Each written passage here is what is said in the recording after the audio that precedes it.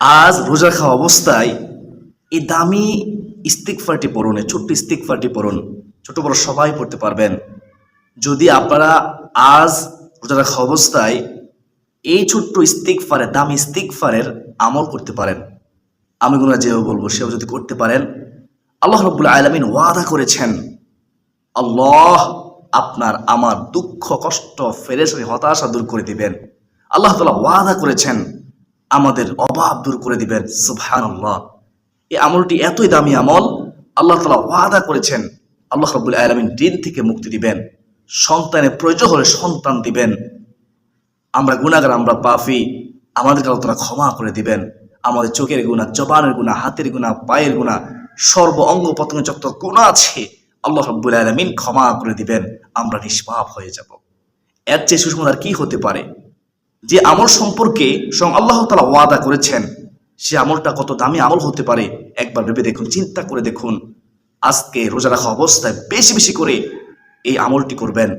প্রিয় মুসলমান ভাই বোনেরা, যদি জানতে চান, শিখতে চান কোন ইস্তিগফারটি নবীজি পড়তে বলেছেন, কোন ইস্তিগফারটি নবীজি সবসময় পড়তেন, কোন ইস্তিগফার সম্পর্কে আল্লাহ তাআলা ওয়াদা করেছেন, রাসূলুল্লাহ সাল্লাল্লাহু আলাইহি ওয়াসাল্লাম এবং আল্লাহ তাআলা কোরআন ও হাদিসের মাধ্যমে সুসংবাদ দিয়েছেন, সেই ইস্তিগফার জানতে চান, শিখতে চান, তাহলে আজকের গুরুত্বপূর্ণ আলোচনাটি শুরু থেকে শেষ পর্যন্ত মনোযোগ সহকারে শুনতে হবে। আল্লাহ তাআলা আপনাদেরকে মনোযোগ সহকারে শোনার তৌফিক দান করুন। সকলে বলি আল্লাহুম্মা আমিন। প্রিয় মুসলমান ভাই বোনেরা, এই ইস্তিগফার সম্পর্কে সূরা নূহের 10 থেকে 12 নম্বর আয়াতের মধ্যে আল্লাহ তাআলা আমাদেরকে সুসংবাদ দিয়েছেন। আল্লাহ তাআলা বলেছেন, ফাকুলতু ইস্তাগফিরু রাব্বাকুম ইন্নাহু কানা গফফারা ইউরসিলিস সামাআ আলাইকুম মিদরারা ওয়া ইউমদিদকুম বিআমওয়ালি ওয়া বানিন ওয়া ইয়াজআল লাকুম জান্নাতি ওয়া ইয়াজআল লাকুম আনহারা। সুবহানাল্লাহ। এই আয়াতের অর্থ আমি বলে দেব। এই আয়াতের মধ্যে আল্লাহ তাআলা ওয়াদা করেছেন আমাদেরকে এই পুরস্কার দিবেন যদি আমরা ইস্তিগফার পড়ি। তো এর আগে আপনারা একটি ঘটনা শুনুন, যে ঘটনাটি সুপ্রসিদ্ধ একটি ঘটনা। আমরা অনেকেই জানি, আবার অনেকে জানি না। অনেকে জানলেও আমরা একটু ভাবি না, চিন্তা করি না যে কতটা গুরুত্বপূর্ণ একটি আমল। শয়তান তো জানে আমরা যদি এই ইস্তিগফার আমল করি আল্লাহ খুশি হবে, আল্লাহ রাসূল খুশি হবে, আমাদের সকল সমস্যার সমাধান হবে। আল্লাহ ওয়াদা করেছেন আমাদের সকল সমস্যার সমাধান করে দিবেন। তাই তো সওয়ালে বলে কৌশলে আমাদেরকে এই আমল থেকে গাফল করে দিচ্ছে। তো প্রিয় মুসলমান ভাই বোনেরা, শুনতে থাকুন। তাফসীর কুরতুবির মধ্যে এই ঘটনা রয়েছে। বিখ্যাত তাবী হযরত হাসান বসরি রাহমাতুল্লাহি আলাইহি থেকে এই ঘটনাটি। একবার হযরত হাসান বসরি রাহমাতুল্লাহি আলাইহির কাছে এক ব্যক্তি এসে বলল, হুজুর, আমার মাঠের মধ্যে খরা লেগেছে, আমার ফসলে খরা লেগেছে। হুজুর, আমাকে এমন আমলের কথা বলে দিন যে আমল করলে আমার ফসলের খরা দূর হয়ে যাবে, যে আমল করলে মহান আল্লাহ রাব্বুল আলামিন উপকারী বৃষ্টি দিবেন, আমার এই সমস্যার সমাধান হবে। তখন ওই ব্যক্তির কাছ থেকে কথা শুনে তখন হাসান বসরি রাহমাতুল্লাহি আলাইহি ওই ব্যক্তিকে একটি আমলের কথা বলে দিলেন। সে আমলটি হচ্ছে, তুমি বেশি বেশি করে ইস্তিগফার করো। শুনো, যদি তুমি বেশি বেশি করে ইস্তিগফার পড়তে পারো, আমার আল্লাহ তোমার ফসলের খরা দূর করে দিবেন, মহান আল্লাহ রাব্বুল আলামিন উপকারী বৃষ্টি দান করবেন, তোমার সমস্যার সমাধান হয়ে যাবে। সুবহানাল্লাহ। তো আমরা জানতে পারলাম, যদি আমরা ইস্তিগফার পড়ি, হাসান বসরি রাহমাতুল্লাহি আলাইহি বলেছেন বাড়ি বৃষ্টি দ্বারা আল্লাহ তাআলা দান করবেন, উপকারী বৃষ্টি দান করবেন যদি মাঠের মধ্যে কখনো খরা লাগে, যদি ফসলে কখনো খরা লাগে ইনশাআল্লাহ।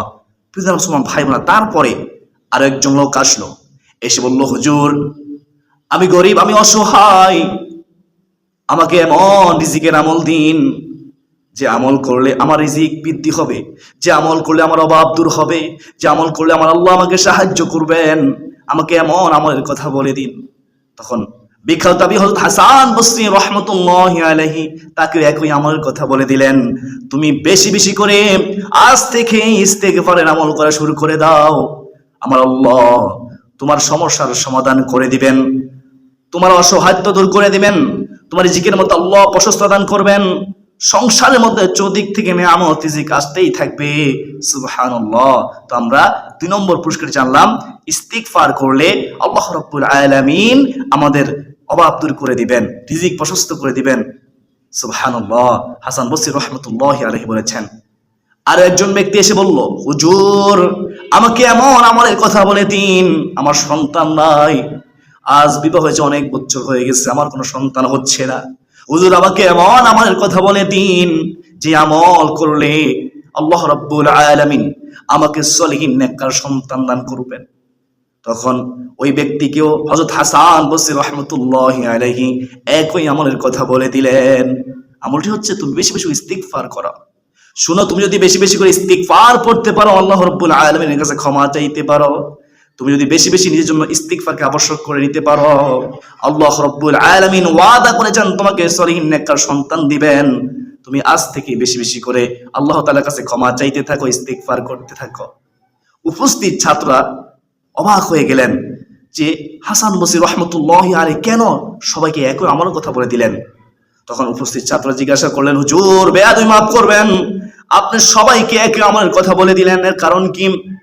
তখন হাসান বসরি রাহমাতুল্লাহি আলাইহি বললেন, ও আমার ছাত্ররা শুনো শুনো, আমি নিজের পক্ষ থেকে কিছুই বলি নাই, বরং কোরআন কারীমের মধ্যে বর্ণনা আছে, আমি কোরআন থেকেই সবাইকে আমলের কথা বলে দিয়েছি। তখন হাসান বসরি রাহমাতুল্লাহি আলাইহি ছাত্রদের সম্মুখে পবিত্র কোরআনুল কারীমের সূরা নূহের 10 থেকে 12 নম্বর আয়াতগুলো তেলাওয়াত করে শোনালেন। সবাই শুনলেন।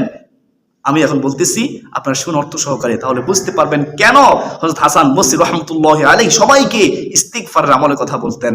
যার যে সমস্যা আছে, সমস্যার কথা বললেই আমল শিখিয়েতেন, তুমি বেশি ইস্তিগফার করো। সুবহানাল্লাহ। বিসমিল্লাহির রহমানির রহিম। শুনুন, প্রতি হরফের বিনিময়ে আমার আপনার আমল 10 টাকা নেকি হবে। ফাকুলতু আস্তাগফিরু রাব্বাকুম ইন্নাহু কানা গাফফারা ইউরসিলিস সামাআ আলাইকুম মিদরারা ওয়া ইউমদিদকুম বিআমওয়ালিন ওয়া বানিন ويجعل لكم جنات ويجعل لكم أنهارا। বলুন সুবহানাল্লাহ, বলুন সুবহানাল্লাহ। একবার সুবহানাল্লাহ বললেই তো সাথে সাথে জান্নাতের মধ্যে আল্লাহ তাআলা একটি খেজুর গাছ রোপণ করে দেয়। সুবহানাল্লাহ। তো এর অর্থ হলো ফাকুলতু আস্তাগফিরু রাব্বাকুম ইন্নাহু কানা গাফফারা। হযরত নূহ আলাইহিস সালাম তার কওমকে বলতেছেন, তোমরা তোমাদের প্রতিপালকের নিকট ক্ষমা চাও। ইন্নাহু কানা গাফফারা, নিশ্চয়ই তিনি ক্ষমাশীল। আল্লাহ তাআলা ক্ষমা করাকে পছন্দ করেন। ক্ষমা চাইলে, ইস্তিগফার করলে আল্লাহ রাব্বুল আলামিন জিন্দেগীর সমস্ত গুনাহ মাফ করে দিবেন। সুবহানাল্লাহ। তো আমরা 1 নম্বর পুরস্কার চাইলাম, আল্লাহ ওয়াদা করেছেন ইস্তিগফার করলে জীবনের কোনো গুনাহ থাকে না, আল্লাহ তাআলা মাফ করে দেয়। এরপরে ইনশাআল্লাহ তাআলা বলেন, ইউরসিলিস সামাআ আলাইকুম মিদরারা, যদি কেউ ইস্তিগফার করে আমি আল্লাহ ওয়াদা করলাম, আমি আল্লাহ তাকে উপকারী বৃষ্টি দান করব বৃষ্টির প্রয়োজন হলে। সুবহানাল্লাহ। ওয়া ইউমদিদকুম বিআমওয়ালিন ওয়া বানিন, আল্লাহ তাআলা বলেন ইস্তিগফার করলে আমি আল্লাহ তাকে ধন সম্পত্তি দিয়ে, রিজিক দিয়ে, সন্তান সন্ততি দিয়ে সমৃদ্ধি করব, শক্তিশালী করব। সুবহানাল্লাহ। তো ইস্তিগফার করলে আল্লাহ তাআলা ওয়াদা করে সন্তান দান করবেন, সন্তানের প্রয়োজন হলে সলিহ নেককার সন্তান দান করবেন। ইস্তিগফার করলে আল্লাহ তাআলা ওয়াদা করেছেন আমাদেরকে রিজিক দিবেন, রিজিক দিয়ে আমাদেরকে সমৃদ্ধি করবেন, শক্তিশালী করবেন। সুবহানাল্লাহ। আল্লাহ তাআলার ওয়াদা ব্যতিক্রম হয় না। ইন্নাকা লা তুখলিফুল মিআদ, আমরা আজানের সময় আজান দোয়া শেষে পড়ে থাকি, ইন্নাকা লা তুখলিফুল মিআদ, নিশ্চয় আল্লাহ তাআলা ওয়াদা ব্যতিক্রম করেন না, আল্লাহ তাআলা ওয়াদা পূর্ণ করেনি। তো আল্লাহ তাআলা যেহেতু বলেছেন, ওয়াদা করেছেন, তো সত্য। প্রিয় মুসলমান ভাই বোনেরা, তারপর আয়াত আল্লাহ তাআলা বলেন, ওয়াজআল লাকুম জান্নাতি ওয়াজআল লাকুম আনহারা, আল্লাহ তাআলা বলেন আমি তাকে জান্নাত দান করি, আমি তার জন্য নদী নালা প্রবাহিত করি। সুবহানাল্লাহ। সূরা নূহ আয়াত হচ্ছে 10 থেকে 12। যে এগুলো বললাম, যে এগুলো অর্থ বললাম, আশা করি যারা শুনেছেন তারা বুঝতে পেরেছেন। আমার বিশ্বাস হয়তো না ধোঁকা দিয়ে, অস্বসা দিয়ে আপনাদেরকে আজকে রোজা রাখা অবস্থায় এই আমল থেকে আপল করতে পারবে না ইনশাআল্লাহ। প্রিয় মুসলমান ভাই বোনেরা, রোজা রেখে আপনি এই জবানে হেফাজত করবেন, এই জবান দিয়ে গালমন্দ করবেন না, এই জবান দিয়ে মিথ্যা কথা বলবেন না, এই জবান দিয়ে ফাহশা কথাবার্তা বলবেন না, এই জবান দিয়ে অপর মুসলমানকে কষ্ট দিবেন না। অবশ্যই রোজা রেখে রোজার আদব রক্ষা করতে হবে, তাহলে এই রোজা দ্বারা আল্লাহকে খুশি করতে পারবেন। এই রোজা রাখলে আল্লাহ তাআলা খুশি হবে। যদি জবানে হেফাজত না করেন তাহলে রোজা রাখবেন, কিন্তু রোজা দ্বারা আল্লাহকে খুশি করতে পারবেন না। তো আমাদের প্রত্যেকের উচিত রোজা রেখে রোজার আদব রক্ষা করা, জবানের হেফাজত করা, চোখের হেফাজত করা, চোখের গুনাহ থেকে বেঁচে থাকা, হাতের গুনাহ থেকে বেঁচে থাকা। অর্থাৎ রোজা হচ্ছে উপবাস থাকার পাশাপাশি নিজের সর্ব অঙ্গ প্রত্যঙ্গকে গুনাহ থেকে বেঁচে রাখা। এটাই হচ্ছে রোজা। শুধু উপবাস থাকার নামে রোজা নয়, এটা আমরা অনেকে বুঝতে চাই না। অবশ্যই আমাদেরকে গুনাহ থেকে বেঁচে থাকতে হবে। বিভিন্ন মুসলমান ভাই বোনেরা, তো আপনার রোজা রেখে আমি কোনো যে ইস্তেগফার কথা বলবো সেই ইস্তেগফারটি পড়বেন। রোজা অবস্থায় দোয়া করলে দোয়া কবুল হয়। ইস্তেগফারের অনেক ফজিলত। রাসূলুল্লাহ সাল্লাল্লাহু আলাইহি ওয়াসাল্লাম বলেন, ও আমার উম্মত শোনাম, যদি কেউ ইস্তেগফারকে নিজের জন্য আবশ্যক করে নিতে পারে, আমার আল্লাহ তার সকল সংকট থেকে উত্তরণের পথ, সকল বিপদ থেকে উত্তরণের পথ আল্লাহ তাআলা বের করে দেন। সুবহানাল্লাহ। যত বড় কঠিন বিপদ হোক না কেন, বিপদ থেকে উদ্ধার করবেন কে? আল্লাহ। সুবহানাল্লাহ। আমার নবীজি বলেন, যদি কেউ নিজের জন্য ইস্তেগফারকে আবশ্যক করতে পারে, আল্লাহ রাব্বুল আলামিন এত খুশি হয়, আল্লাহ তাআলা তার সকল পেরেশানি, হতাশা দূর করে দেন। সুবহানাল্লাহ। আল্লাহ তাআলা দূর করে দিবেন। রহমাতুল আলামিন নবীজি বলেন, কেউ যদি সব সময় ইস্তেগফার পড়ে, ইস্তেগফারকে নিজের জন্য আবশ্যক করে নিতে পারে, আল্লাহ রাব্বুল আলামিন তাকে এমন উৎস থেকে রিজিক দিবেন যা সে কখনো কল্পনা করেনি। অকল্পনীয় উৎস থেকে রিজিক পাবে, গায়বী সম্পদ সে পাবে, গায়বী নিয়ামত রিজিক পাবে। সুবহানাল্লাহ। বিশ্বাস করুন, যেহেতু নবীজি সাল্লাল্লাহু আলাইহি ওয়াসাল্লাম বলেছেন সেহেতু সত্য, যেহেতু হাদিসের মধ্যে আছে সেহেতু সত্য, বিশ্বাস রেখে আমাদেরকে ইস্তেগফার আমল আজ থেকে করতে হবে। আপনি কেন ইস্তেগফার পড়বেন না? আমার নবী, মায়ের নবীর কোনো গুনাহ ছিল না, নিষ্পাপ ছিল, শুধু উম্মতের কারণে, উম্মতকে শিক্ষা দেওয়ার কারণে নবীজি অযথা কান্না করতেন আর প্রতিদিন 70 বারের চেয়েও বেশি পরিমাণ ইস্তেগফার করতেন। আমার নবীজি বলেন, ও আমার উম্মত, তোমরা বেশি বেশি করে ইস্তেগফার করো, কেননা আমি নবী প্রতিদিন 70 বারের চেয়েও আরো বেশি পরিমাণে ইস্তেগফার করি। সুবহানাল্লাহ। আমার নবীজি বলেন অপর এক বর্ণনায়, আমি 100 বারের চেয়েও আরো বেশি পরিমাণে ইস্তেগফার করি। সুবহানাল্লাহ। যে নবীজির কোনো গুনাহ নাই, নবীজি নিষ্পাপ মাসুম, তারপর নবীজি ইস্তেগফার করতেন। আর আমাদের কোনো গুনাহের অভাব নাই। গুনাহের কথা চিন্তা করে জান্নাতের আশা করতে পারি না, গুনাহের কথা চিন্তা করে জাহান্নাম ছাড়ার উপায় দেখি না, অথচ আমরা ইস্তেগফার করি না। অথচ আমাদের উচিত চলতে ফিরতে উঠতে বসতে সব সময় ইস্তেগফার মধ্যে ডুবে থাকা, বেশি বেশি ইস্তেগফার করা। প্রিয় মুসলমান ভাই বোনেরা, সেই ইস্তেগফারটি হচ্ছে আস্তাগফিরুল্লাহাল্লাযী লা ইলাহা ইল্লা হুয়াল হাইয়ুল কাইয়্যুম ওয়া আতুবু ইলাইহি। আবার বলতেছি, খেয়াল করুন, আস্তাগফিরুল্লাহাল্লাযী লা ইলাহা ইল্লা হুয়াল হাইয়ুল কাইয়্যুম ওয়া আতুবু ইলাইহি। এই সেই ইস্তেগফার, যে ইস্তেগফারটি নবীজি সব পড়তেন। রাহমাতুল আলামিন নবীজি বলেন, কেউ যদি এই ইস্তেগফার পড়তে পারে, তার জীবনের সমস্ত গুনাহ আল্লাহ তাআলা ক্ষমা করে দেয়, সমুদ্র ফেনাস পরিমাণ গুনাহ থাকলেও। সুবহানাল্লাহ। সে নিষ্পাপ হয়ে যায়। তো অবশ্যই আল্লাহকে খুশি করার জন্য গুনাহের কথা স্মরণ করে আপনারা এই তওবা ইস্তেগফারটি পড়বেন। আজকে রোজা রাখা অবস্থায় আপনারা কমপক্ষে 70 বার পড়বেন অথবা 100 বার পড়বেন, যদি পারেন তার চেয়ে বেশি পড়তে পারেন। চলতে ফিরতে উঠতে বসতে এই ইস্তেগফার আমল করতে পারেন। আজ যেহেতু আমরা রোজা রেখেছি, তো ইফতারের পূর্বেও আপনি কয়েকবার ইস্তেগফার আমল করে নেবেন।